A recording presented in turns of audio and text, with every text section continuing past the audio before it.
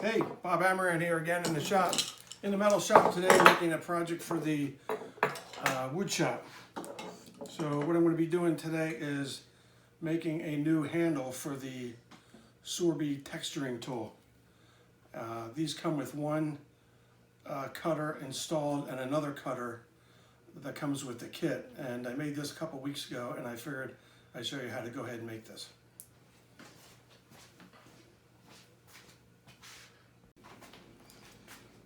Okay, this is the Sorby Texturing Tool. This is a approximately $90 to $95 tool.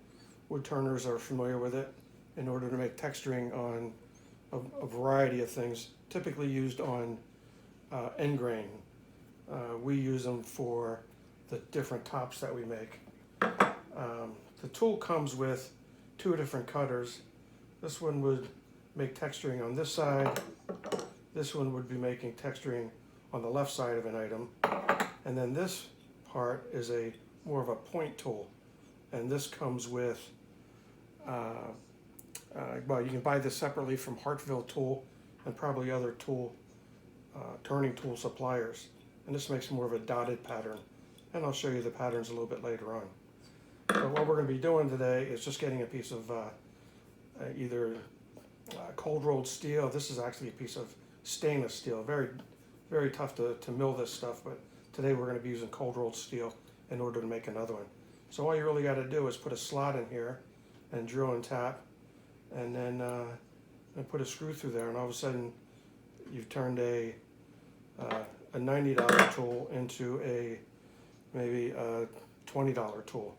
These additional cutters, again, can be bought at Hartville Tools.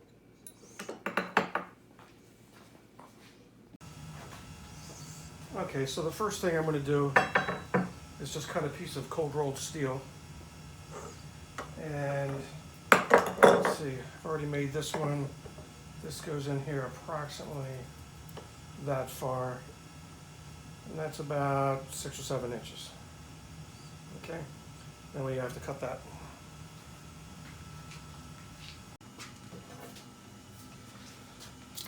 So this is my little bandsaw. If you don't have a bandsaw, you can obviously cut this with a hacksaw.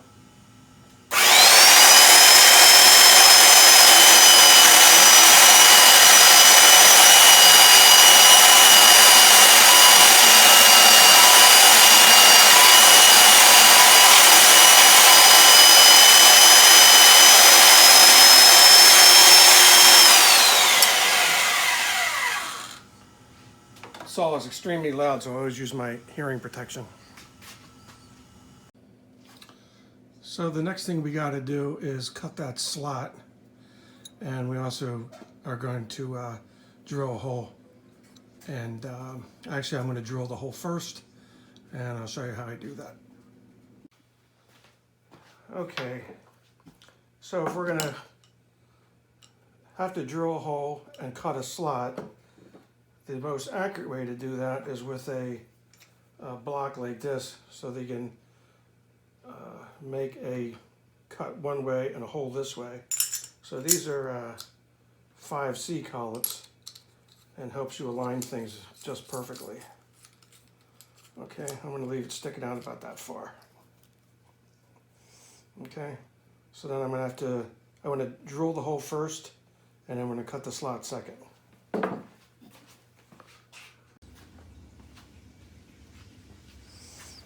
Okay, so the first thing we want to do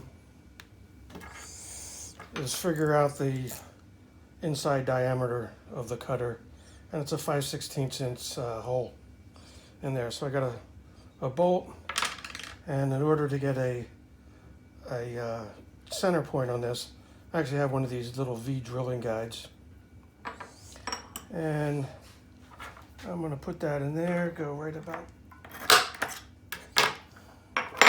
And that gives me my first point right there. I am then going to move this into here, get that lined up, and tighten this down in preparation to bringing it to the drill press.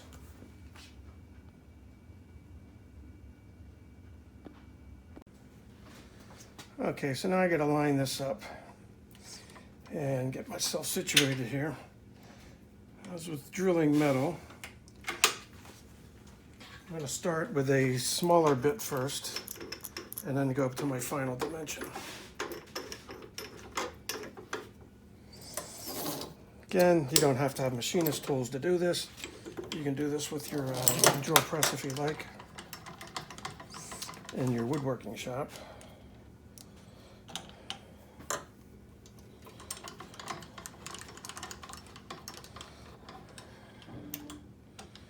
You really don't need an XY coordinate table like I've got here.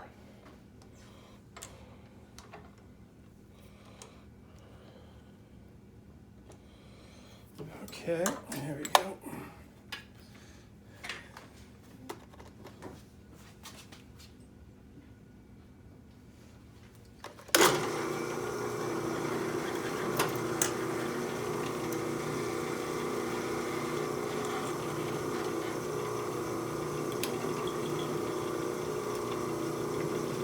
If you had a center drill, that would work really good here. Let me go get a little bit of oil.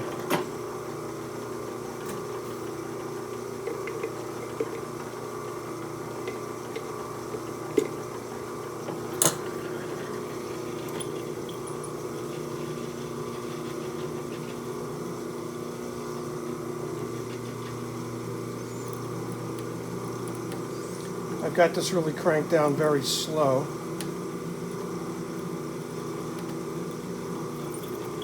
Clear it a little bit.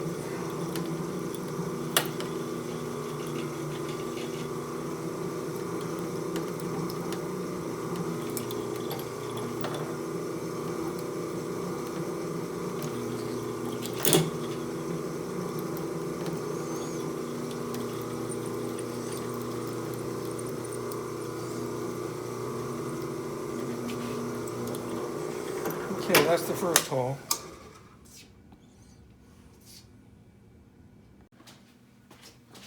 I've got a 3/16" end mill here.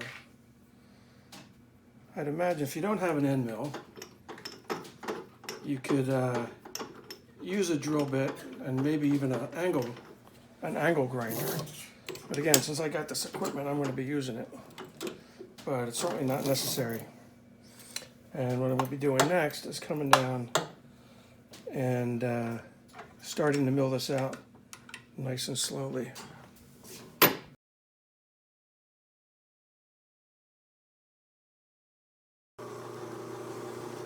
Okay, I've got a 3/16" end mill in here. If you don't have an end mill, you could use a regular drill bit and or an angle grinder. Might not be as pretty as this is going to be, but it's certainly an option. I'm going to go in here slow. I'm going to start on the very end. I already put some oil on this, and I'm going to be coming down now.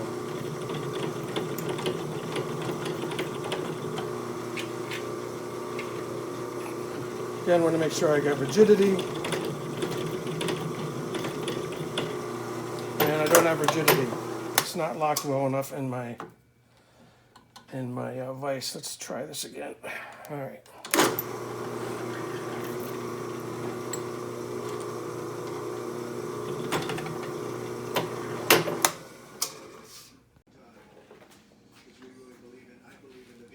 Okay, so now we're going to tap that hole for the bolt that's going to go in there.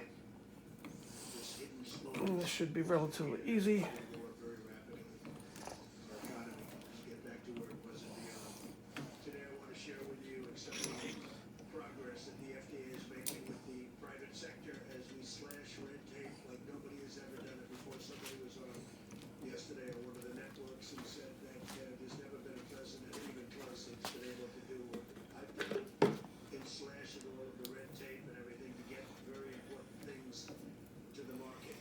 Luckily, this is cold rolled steel versus the one sample I showed you a little while ago. That was the stainless steel, which is much, much tougher to deal with.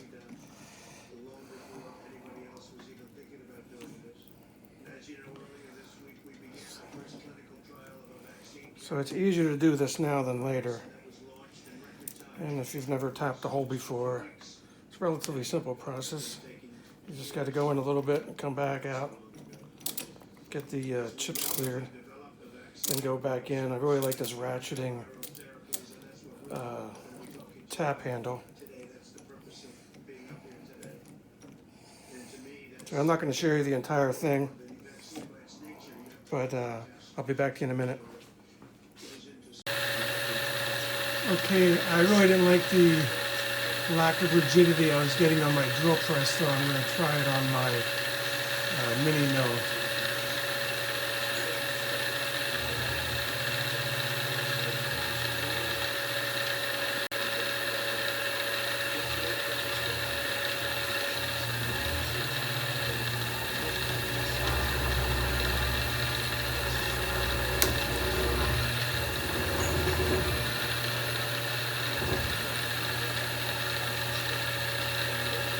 Again, if you don't have a milling machine, you could try to do this with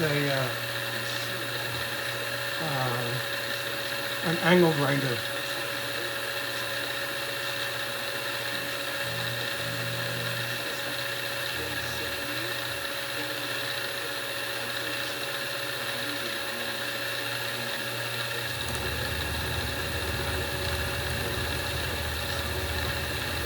This is working much better than my drill press XY. Just didn't have the rigidity that I was looking for.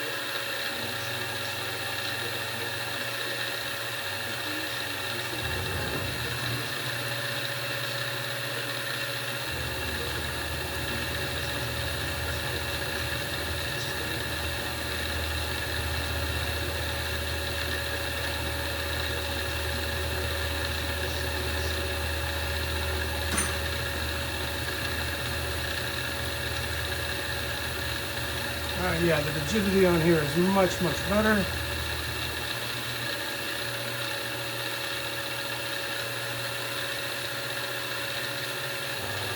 Alright, I'm not going to take up a whole lot of the video doing this. I'll be back in a few minutes once the slot is done. Okay, just finishing up. I got the correct width and length that I need in order to get the wheel in there. This is one of my final passes. Again, if you wanted to try this, I'm sure many people don't have a milling machine. You can try this with a angle grinder or a hacksaw, or maybe even a power hacksaw.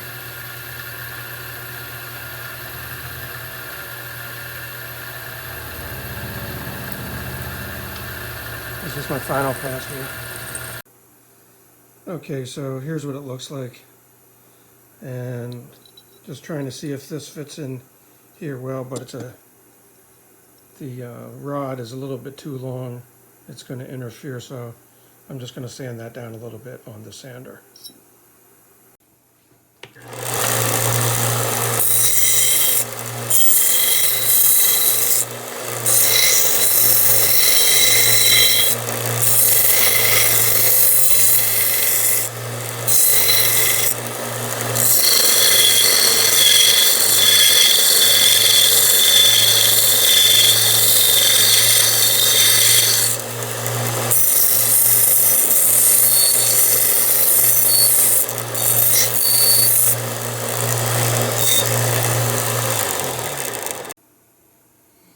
Okay, this is much better here. Okay, now I just got to put the bolt in it, and the hard part of the project is done now. Okay, I just cut this off. I had that bolt right there. Cut that off, forgot to hit the on. And like on my last one, I just got a ball peen hammer. So I've got some clearance on the top here, and it's spinning nicely. When you use this, you're actually supposed to put a little bit of oil in there. So again, this is pretty much the end of the metalworking part of it, other than ball peening that. And now I have to go back and make a handle. We're going to do that in the wood shop.